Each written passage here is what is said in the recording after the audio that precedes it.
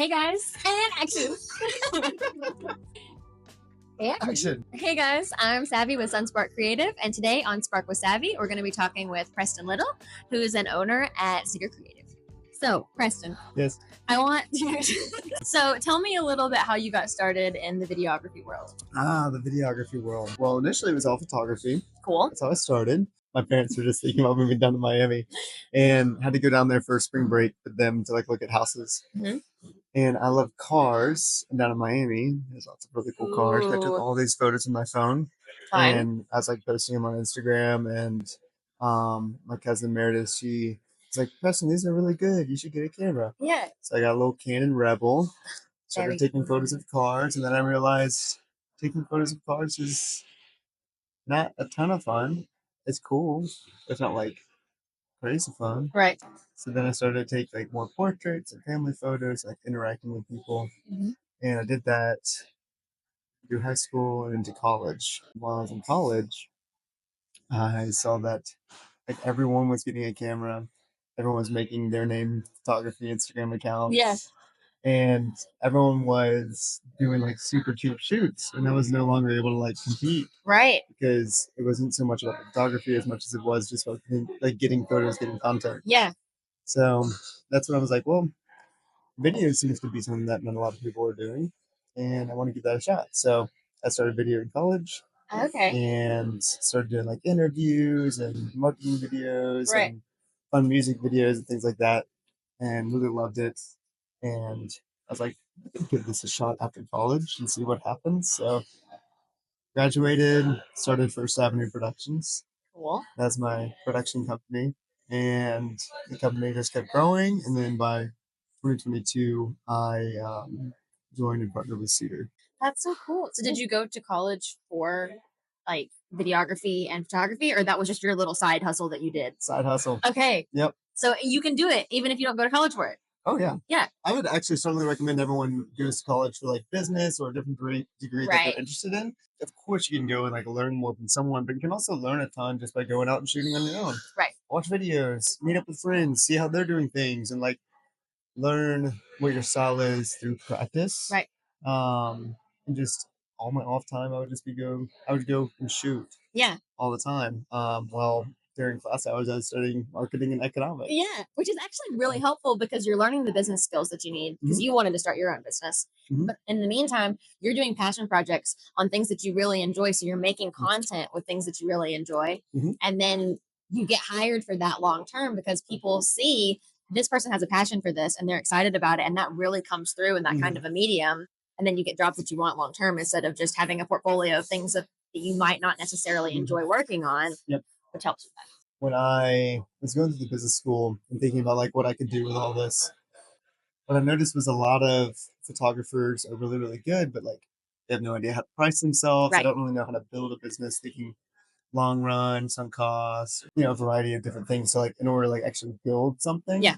And so luckily by going through those classes, I was able to apply all that to the beginning of the business and understanding what equipment is going to be best to buy at whatever stage I was in, and having a long run plan for how I wanted to see the whole thing grow, and also understanding how to market that, how to target different audiences. Yeah. Putting all that out there. So understanding my pricing and how to build in your profit margins and account for different costs and all Yeah. that stuff. So it was very, very helpful to go through that side of the process, because a lot of people, I think, are to struggle a lot in figuring out how to make money off of their work, because Right. their work is awesome, but they either undervalue themselves or they don't know how to market themselves and put it out there. They think that people will just kind of come to them. Well, it's the two different Yeah, sides of your brain. I feel like when you're making art and you're working on that kind of thing, it's a whole different thought process than trying to run a business. And you have to learn both of those really if you're going to be successful doing it Yeah. on your own. Yep. Or even with a company. Yeah, do both. Yeah. Or you got to partner with someone who can do one. Right. Find a friend. Find a friend. So, Preston, you've worked in a lot of roles in your career throughout the videography industry. What has it been like to wear all those different hats? It's fun. It's interesting. It's different. I think that's why I'm still very much attracted to this industry, is that I'm never stuck just doing one thing. Right. I'll have a week where I'm a grip on set, and then I come back and I'm producing a project and getting ready in pre-production, and then I'm editing a project, and then I got to go be a camera op for a project. I'm like constantly changing roles, challenging myself. I guess sometimes it feels a little bit overwhelming because I'm trying to balance and juggle so many things. Yeah. I feel like it's making me a much better or more well-rounded individual, but not only in my career, but like also in life. Right. And understanding that like you can be handed a lot of things. It seems like a lot, but you just kind of take little chips at each Yeah. and you try to keep on balancing all those things. When you're wearing hats like that and you're very involved in your industry, like that would help you as a director too, because you understand what everybody else's roles are. Certainly. I started as like a production assistant, Right. and then I've done all the like lower jobs, Right. right? And then I've been working my way up, and it's made me like whenever I am directing a piece, like really appreciate everyone who's a part of the project because I understand the amount of effort that everyone puts in. Yes. Just because I'm director does not mean that like I put in the most effort. Yeah. No, I've come up with an idea, Right. but I have this amazing team of people who believe in it too, Yeah. who want to support it, who want to go out there and see it come to life with me. And all of those people should be acknowledged and appreciated for their efforts. 100%. What are the key qualities that you would look for in a producer? I think some of the key qualities a producer should have would be that they're very tenacious. Mm. They want to see a project get done. They want to see it come to fruition, and they're inspired by bringing together a team of people to make the vision come to life. Yeah. They have a good network. They can bring people together really well. They can understand personalities really well. Hmm. And know who could like really work well with others. Yeah. I think that's super important. So emotional intelligence too. Someone who's type A and they are just ultra organized because they are heading up so many different details, Right. minor details that they got to make sure they're following up on. Whether it's like going to the prop department, making sure they have their truck or all the things that they need, going over to the grip world, making sure they're all settled for figuring out who they're getting all their stuff from for a rental Right. house and understanding like where all the trucks should be placed on location, working with the DP about where they're going to be shooting their different angles and knowing like, okay, well, this is then where we can stage some Yeah. things that's safe. They just have to look at so many different things and be really organized from that and make sure that the day runs smoothly so that creatives can really focus all their energy on the project, seeing that thing come to life. So somebody who's organized, who can appreciate skills in others, and then bring those people together in a way that benefits the project. They're like the behind the scenes guy. You're spot on. Can you tell us about a project that's particularly meaningful to you and why? I have two projects that come to mind. Okay. One is some commercials for a company called Structure. My favorite part about it was that it's my first like really big project. I was able to get like a crew of like 18 people, Mhm. and I was producing it, I was DPing it and directing it. So I was definitely wearing too many hats. Oh, But all the crew that I got together, like they were all so great at their jobs and they supported me so well. And they stepped in and stepped up to like whatever I needed to help see this thing come to life. I quickly found a really great group of people who all got along really well. And I realized like how much fun you can really have yeah. in this industry, that it's not always about this like intense day and trying to fight for the shot and like people getting frustrated with each other. Like none of that ever happened on the set. Like we were all coming together, working in collaboration. There was no ego. And it was just an absolute blast. Like we were all hanging out at night. We had gone to this fair afterwards How all fun. together and like got all these photos at the fair, and we were just like debriefing every day about what had happened and what we loved. And um it was just a really, really fun experience. Yeah.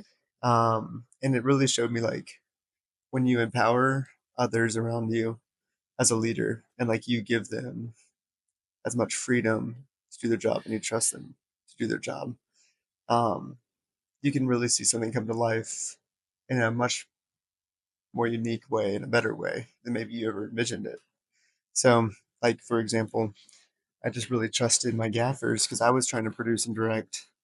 So when it came to DPing, I would tell them, "This is what I want the shot to do. This is how I need some things set up." But Right. outside of that, like, I need to now run over here and work with our actors. So if y'all can get that going, then that'd be great. I go work with actors. I come back, and it's better than I could have imagined. Like they just did everything. They took that 30 minutes to just like really bust their butts and like make it come to life, and they're tweaking things, and I just like really felt like I could give them the freedom and the trust Right. to do their thing, and it made those commercials like really turn out beautifully. If I had been more controlling and nitpicky, and I was trying to like really refine everything just because of the way the guy wanted it, then I would have never been able to get the whole project done. I wouldn't Yeah. have ever had enough time. Yeah. So I would have shot half the amount of commercials that I needed to. Cool. So that's one where I learned some great lessons about leadership. And I also made some really solid friendships. The second project that I absolutely loved uh, is a project that just Morgan Dickerson and I did. Hmm. And it was for a company called Nelson Brothers. Cool. They are a mining explosives company, and they also do specialty chemical manufacturing. We were hired by Wes Ablin, their marketing director, and he wanted to do some really ambitious stuff for their industry.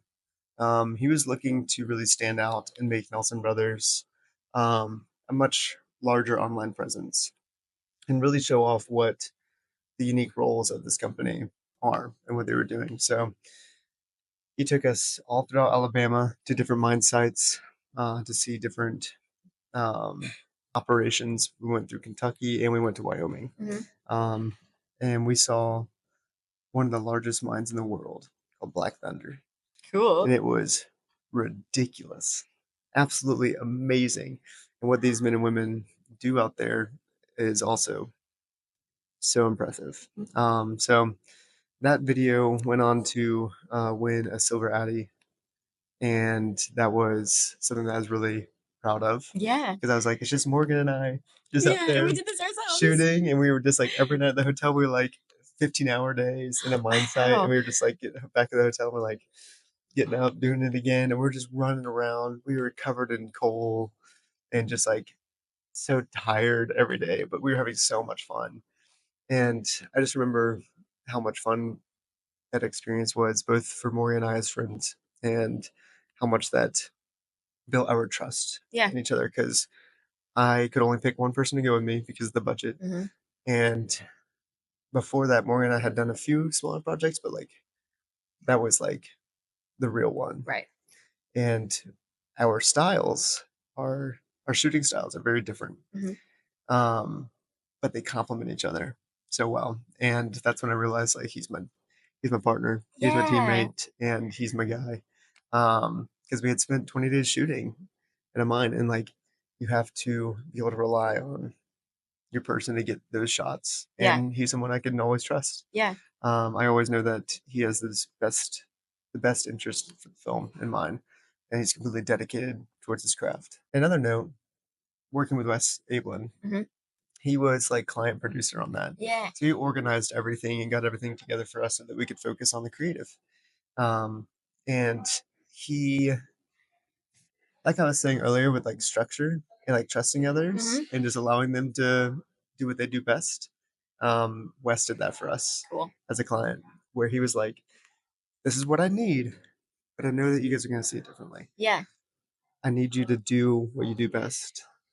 Still get these little bits that I need, Hmm. but I'm not going to tell you how to do Right. it." Right. Right. And he would just let us loose and making sure, of course, that we're safe, and we were always safe. Like that company always looked out for us in every regard.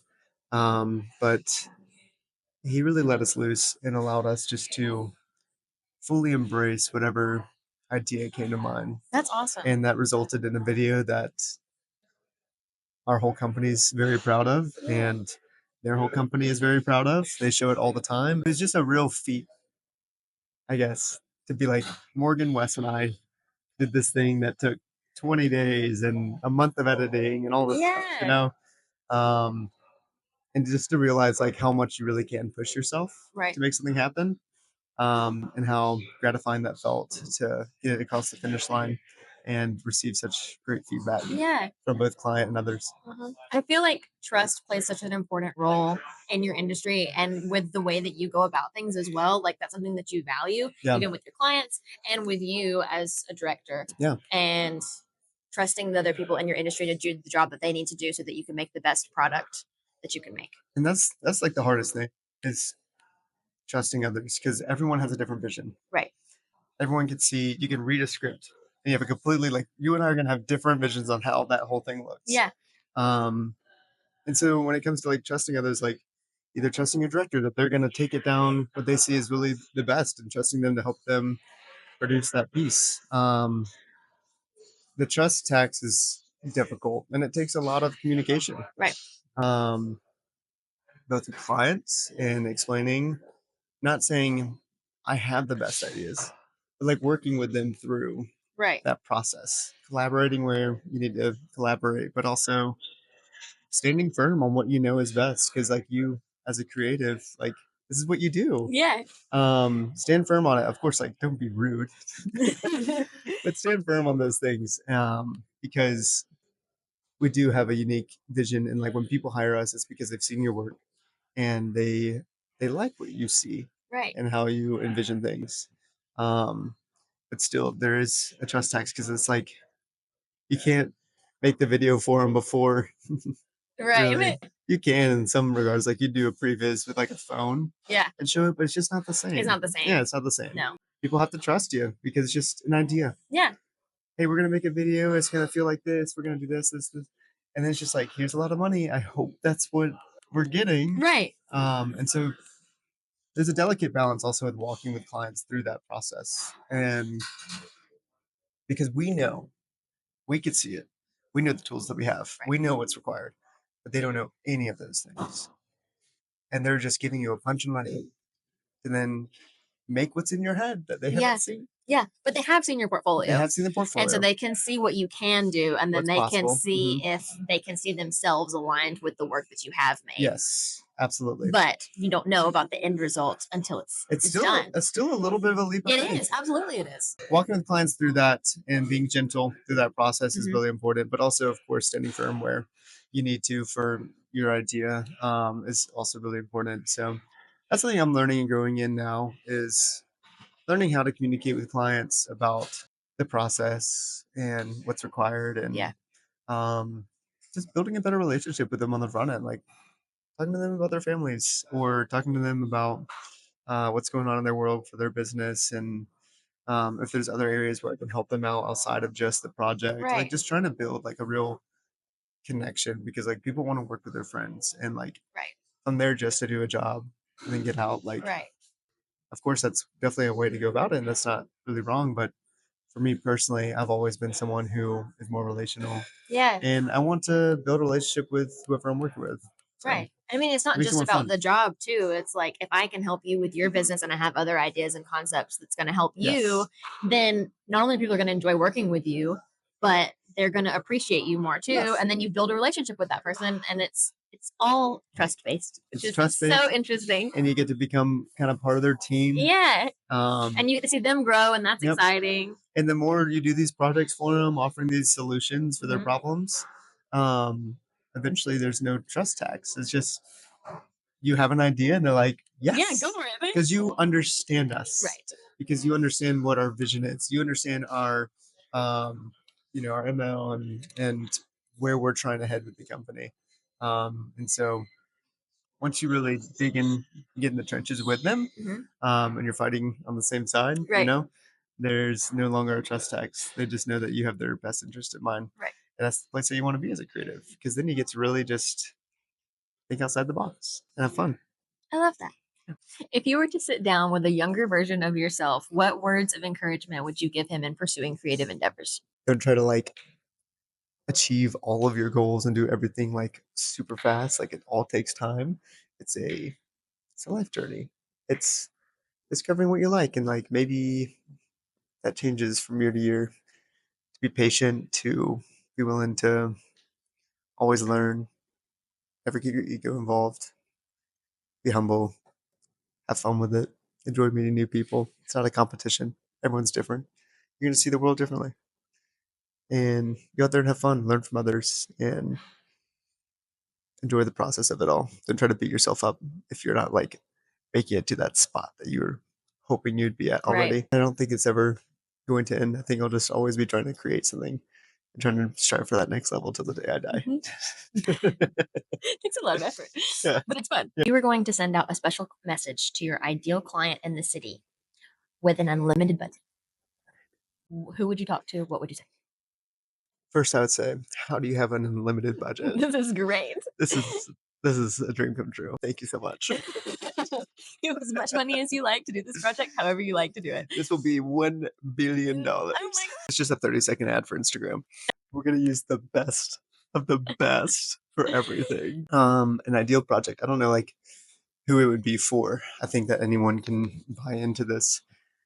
But it'd be like telling a unique story. Telling a story about a company or a person. Something that gets the word out about that company in a short film format. So and that draws in people's emotions in their hearts. Um, and it resonates with their audience that they're trying to look for. Something that's heartwarming and redeeming, Mhm. but still points back to that client as the solution to whatever that problem is. Cool. But do that through emotions and story. People connect with stories. People connect with other people, and so I think it's really valuable to continue telling those stories and not just say, "Here's who we are. Here's what we do. Here's why you should buy it." What we at Cedar believe in is that every problem can start with a question. Ask that question, and then you delay, and you delay, and you delay, and you wait to answer it till the end. It's kind of like a murder mystery, right? Okay. Murder mysteries can be really good movies, or they can be absolutely terrible, but you Right. always stay to watch it all the way through. Why? Because they ask you a question up front, who did it? And then you have to wait, and you weave through all the different stories and all the different things just to get finally to the end where you're told who did it, and then there's probably about 5 to 10 minutes left of the movie because now you already know the answer. There's nothing else to watch, Yeah. but you have to wait the whole time. It keeps you on the edge of your seat. Mhm. So we want to tell stories that are redeeming, tug on the heartstrings in some way that people can resonate with and connect to, whether that's to cry or laugh or whatever it is, but also asking that question and having people on the edge of their seats all the way through to the end, um, and getting an audience excited to figure out what that resolution is. Yeah. It's like building that anticipation up Yes. and keeping people on the edge of their seats. So if you're a company with all the money that you'd have no idea what to do with, you're just like, what do I do with all this cash? Let's do a short film for you. It'll be fun. We'll make people cry in the best way. And you will absolutely love it. And you'll watch it with your family, and you'll watch it with your friends, and you'll watch it with your coworkers, and your boss will be the most proud of you because we told a story that resonates with you and your company. Yes. Whose work are you currently getting inspiration from? There's this guy. His name is Ash Thorpe. I need my phone. Hold on. We're Googling Ash Thorpe. What do you like about Ash Thorpe? What do I like about Ash Thorpe? Ash Thorpe has a lot of really, really unique work. A lot of really cool things from like VFX, cinematography, lighting, just like really unique looking stuff that I think pushes the boundaries. And it's beautiful and it's just like eye candy.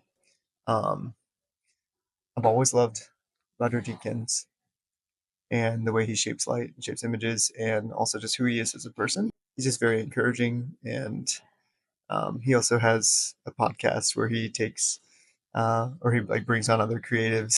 But Ash Thorpe has been someone I've been observing more of their work, and it's just different. And I think a lot of directors like will kind of follow each other. You see a lot of the same things. Mhm. This guy uh, is different, and I love it. Cool. Yeah. That's fun. Do you have any favorite techniques or equipment that you rely on for your work? Yes. So equipment wise, I love equipment. I am a gearhead. I usually work as like a swing or a grip or a gaffer. Um, I'm not like really big into cameras. To me, it's like I know which ones are going to give me a good image.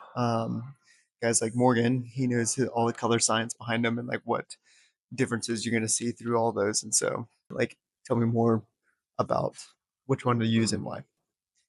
I don't care so much about that as I do about like lights and grip equipment and how I can rig things to different things, whether that's in the ceiling or on the side of a wall, and like just knowing how you can take the camera or a light and do something that's maybe unconventional, just solving problems on the fly on Mm, set. I love being told, "Hey, I don't know if this is possible, but could I get the camera here? yeah. Or could I put a light here?" And I get to be like, "Yes." Yes. And then I turn around and I say, "How am I gonna do that? No clue." And I just get to look at all the stuff that I have and I'm like, it's like Legos. You're just like, how can I build something that can do that thing? Um, and do it safely. Has to be safe, but we get the job done. Right. Goes back to problem solving. It's like a Problem fun solving. puzzle of how can I figure this out Yes. using the equipment and tools that I have. Yep.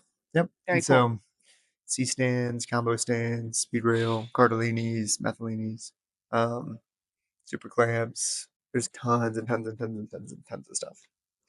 And they're all very unique tools. Having a really good catalog in my head of everything that we own helps a ton. Mhm. But then knowing how to problem solve something because I don't have to like dig through things. Right. I can just know, oh well, I know I have this, and maybe I could do it that way, and we can see how that works. But doing it very quickly, I think that always felt like that's always a lot of fun on set when I can problem solve in that way. Technique, though, something that I practiced a lot in photography was I've never cared so much about my equipment, resolution, lens, stuff like that. Like to me, it's all more about what's in front of the lens and working with people and not so much having like the best thing, but more so learning how to like interact with someone, how to make someone who like typically hates being in front of the camera, how to get them to a place where they're comfortable and talking to you and they trust that you will achieve like the best thing for them or you will take the best photo for them. Right. How can you more quickly get to a place where you understand their personality and you can have them open up and hang out and talk? I think that's super important. And so, really working on just like my social skills and being able to hang out and um, read the room, read that person very well, and work on their level. Whether they could be someone who's super excited and they need more encouragement to try something completely different, or someone who's like really shy and into themselves and having to like get them to break out a little bit more and feel comfortable and feel beautiful, feel like themselves. I think that's more of the technique that I like to try to practice both in photography and in directing. Of course, with directing, like you know what kind of character and what kind of role they need to play, but you also need to empower your actors to fully embrace that, to take some chances, to have some freedom, some liberty there, but also to understand like what the main goal of this whole project is. What is the end goal? What do they need to portray in order for this whole film to work cohesively? Right. Um, just interacting, loving people, Yeah. being kind, Yeah. working with them, understanding that everyone's talented in their own way, um, and collaborating instead of just telling everyone what to do. Collaborating, not dictating. Yes. Would you rather shoot commercials or music videos? Music videos all day, Oh, all day? all day. Okay. Music Because? videos are fun. You get to Mhm. collaborate with an artist. You get to do really interesting visuals. And I absolutely love music. I played music for a really long time. I play bass and I'm picking up guitar, which is fun. Cool. Um, but I've always been influenced by music very heavily, and I feel music very deeply. And I love working with an artist and hearing the story behind a song, and then figuring out how can we best portray that into visual images that best represents the artist, how they felt, what the song is, the project. Um, I just think that's so much fun. So, It sounds like so much fun. When you're doing a music video, do you just have the music from that artist playing on set all day long? oh yeah, oh Yeah. yeah. Well, that's not really so bad. It's when you get to editing. And then you're just listening to the same clip over and Yeah, over to make sure that you cut it just right in the right yeah. spot. When you're about into about the 300th listen of the Yeah. song, Yeah. um, that's tough. Yeah, I bet. That's when it gets a little You know it tough. real intimately at that You point. gotta take some breaks. You gotta start to separate yourself in order to like see the project differently, hear the song differently again, because at that point you're so ingrained into it that like you need a fresh perspective again Right. before you like finally deliver it. So Yeah. I like to I will go hard on the edit. It will be listening to the song all the time and then I will take a break for like 2 or 3 days Yeah. Kind of where like I don't cleanser. touch it at all. I don't look at it at all. I never listen to that song in that time. and I come back to it and I get to watch it with fresh eyes. Um, Trick that sometimes I like to use is to then put film in black and white Ah, and watch it in black and white, so I can that can even more influence that fresh look. yeah, Or I would like to take the video and actually do a horizontal flip and flip it the other way yeah, and watch it a completely different way. And that will help me also have a fresh perspective on it yeah. and kind of see like, does that cut work? Does that feel right? Or is that something that I just loved the shot, but it's actually not really something that I should have in this piece? Right. Illustrators do the same thing. So when we're drawing something, Hmm. sometimes you have it looks right when you draw it that way, but if you flip it horizontally, you'll realize that it's an optical illusion and then you Yep. have to like adjust things. Yep. And so it's interesting the little tricks that you can use to make sure that you're getting the quality of work that you Yeah. want. Yeah. When you're ingrained into your work like that, Mhm. you have to find some tricks. Yeah. Do you often like go to other people too to like look at it? Do you have Yeah. like a I'll have trusted like person? trusted people that I will Yeah. go to be like, get your eyes on this. What do you think? And they'll pick up things that I'm Hmm. missing because I'm too close to it at that Super point. important. Yeah. Black and Super, white, super same important. thing. Sometimes you have a painting that you've done digitally and then you turn it black and white and then you can tell the color values and the tones. And if you have Hmm. enough contrast better than if it's in color, and then you know Hmm. what you need to adjust from there. Yep. Very, very cool. Yeah. Okay. If you could describe your job in one word, what would it be? Wow. Why? That wasn't planned at all. It would be asking a question. Why, why does a company believe in something? Or like, why is that the right decision for this part of the film? Or why is that a good angle for the shot? Just asking yourself the why to understand how that works into the greater picture of the whole thing. Right. Um, and not in like a demeaning way, not like, wow. No. In a In a genuine way. genuine way of how do we solve problems Exactly. and what is your company about and what is your, core Yeah. and how do we get there? Yep. Why? So, what's one piece of advice that you would give to someone who's wanting to get into video production? I would say get a camera and just start shooting. That Start simple? that simple. Just start Nice. shooting. Honestly, because you can watch films all day, you can learn from all these people, you can talk to people, you can go be a PA on set and watch and observe, and yeah, those are all great options or I guess avenues to pursue. But the best thing to do is to go out and shoot because you have to write, you have to direct, you have to know your camera, you have to know your lighting, you have to know everything when you're doing shoot, especially when it's just you and your friends. And like you can actually end up building a really good community around it too because you get to pull your friends into these projects, you get to have fun making new things, and sometimes it's going to suck and sometimes it's not going to work out great, and maybe it's not like, oh, I'm going to post this on YouTube. Maybe it's like, that's terrible, Right. but through that terrible video you now learned why is this video terrible? What did I miss? Oh, my resolution is really not hitting the way I would hope for, or I didn't really set up this character well. It doesn't really make sense why they would do this. Now you could take all these lessons that you're learning in these smaller projects that you're producing and you're applying them to the next and the next and the next, and you're building better stories. And Mm, really it's all about a story. How many times have you heard like, oh, I watched this movie and like the cinematography wasn't great, but man, the story is amazing. right. Or you've watched some high end, high budget movie. The visuals were incredible, but the story kind of, Was lacking. and so you didn't really want to watch the whole thing. Right. It's not so much about your visuals. It's Mhm. not so much about those things. I will say audio is important. Audio Audio is is so important. important and it's often forgotten. But your visuals, like people care a lot about, oh, I got to get the right camera. I got to no, get the right story. Right. Find the right people to be your actors in that story. People want to connect with something they're watching. They don't want to just have content thrown at them that looks really pretty. And although there's a right place and time for some of that stuff, but if you have a really good story and you keep practicing that, and you keep shooting and you keep getting out there, then you're going to grow tremendously How cool. and you will be more efficient at your job. You will know what you love and why you love it and what you don't like. And you will start to know kind of who your friends are, who can help out with these projects, and maybe you're helping them also find what their avenue and their passion is Yeah. because you're having a project that someone's like, you know what, I actually love lighting. I want to do more lighting stuff, or I love working the camera so that you can just direct. You get to also see a team of people come together through that, Yeah. which is a lot of fun too.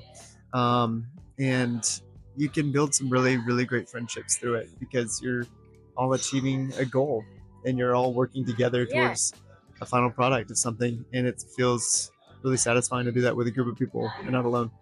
So not only are you building a portfolio by getting out there and just shooting, but you're also building a community, Yes, which is even better. and that's the best part. Yeah. That is the best part.